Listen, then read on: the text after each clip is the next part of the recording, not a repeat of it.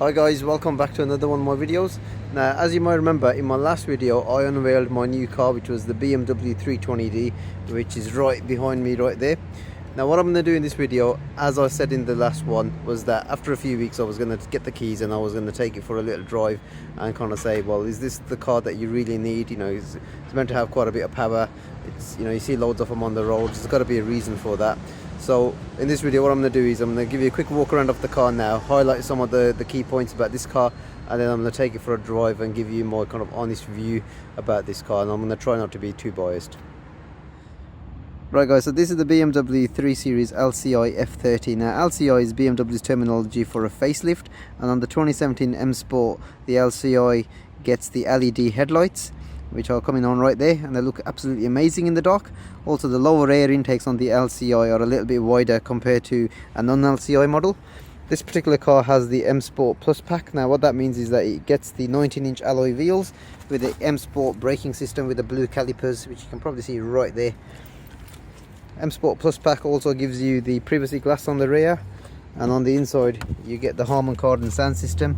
Now I've got the Harman Kardon on my M140i, but in this one you actually get another feature called the equalizer. I've not really looked into that, but I bet that just takes it to another level. Continuing with the LCI theme, on the rear you get the full LED tail lights, which are more upkeeping with the current design feature of a BMW. And because this car's got the B47 engine, you get twin exit tailpipes, which in my opinion make this 3 Series look complete and aggressive. So the LCI theme continues on the inside of this 3 Series. It's mainly around the center console here, where you've got like a nice gloss black surround and a gloss black trim that extends all the way into the door cards. I also like having the Pro Nav. It's the latest Pro Nav, so I drive 6 I believe it is. So you got the new controller as well with the full black panel display. I like having the Harman Kardon sound system with the exposed speaker in the door cards on this side, and there you have it on the passenger side. And the main feature around here is you've even got it in the rear as well. And I think above all I like the steering wheel. It's got a nice kind of chunkiness around it with the flappy paddles. It just looks amazing. So what I'm going to do now is take it around the same back roads where I normally take the cars. Now this car I have driven its competitors like the Mercedes-Benz C-Class and the Audi A4, so I want to see how this car compares. In terms of design, this car is obviously quite old. It's been around for the last sort of 5-6 years, or well, almost 6 years now, and you know, they have sharpened it up with the LCI. It is a BMW, sportiness is in its nature, so let's see how this car actually drives. So guys, while we get to our destination, those back roads, let's just talk about this car. The engine, a 2-litre 4-cylinder turbo diesel, B47 as it's called by BMW.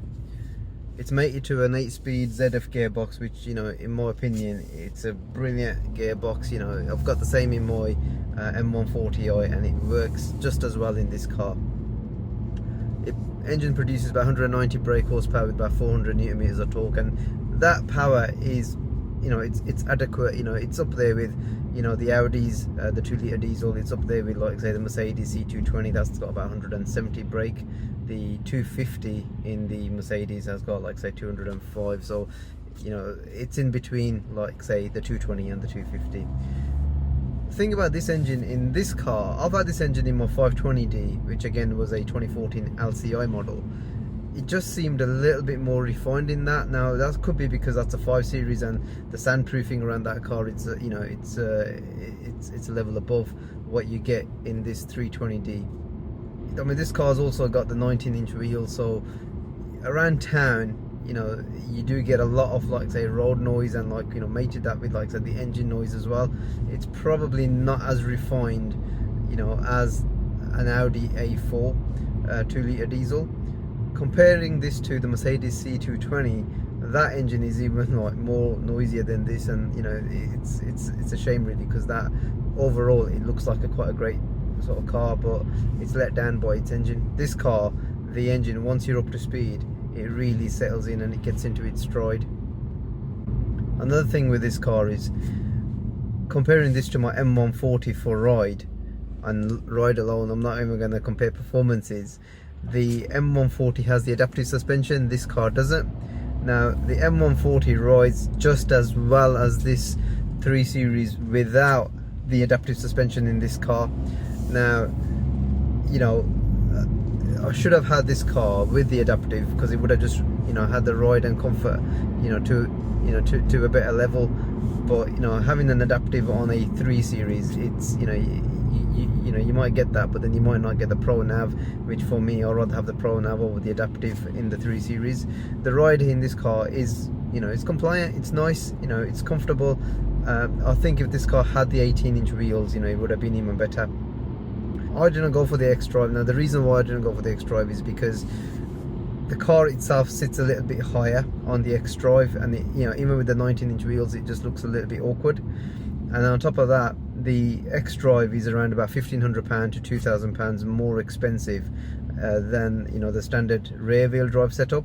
And to be honest with you, I'd rather save that money on the X-Drive and go for the rear wheel drive version, spend that on some options, and then just fit some winter tyres, which, you know, will get you out of some trouble as well.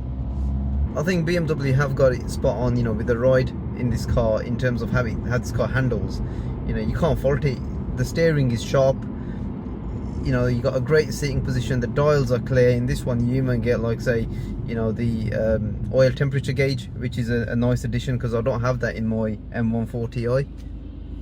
So this is the first time I'm actually going to be driving this car on these back roads, so I could be pleasantly surprised or slightly disappointed in terms of how this car actually handles, because I really don't know. But all I can go by is I've got an M140i parked on my drive at home, and that drives brilliantly on these roads. And this is a 3 Series, which kind of holds that kind of heritage for, you know, fun executive saloon. So I've got my hopes. Let's just see how it pans out. I think for the purpose of these country lanes, I'm going to keep the car in complete sports mode, and I'll use the flappy pedals as well, so I can change in between.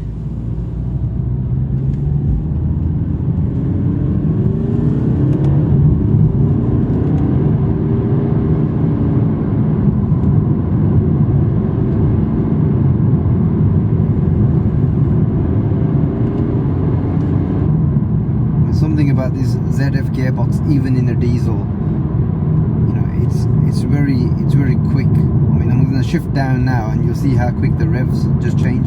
There you go. It goes around these bends really well.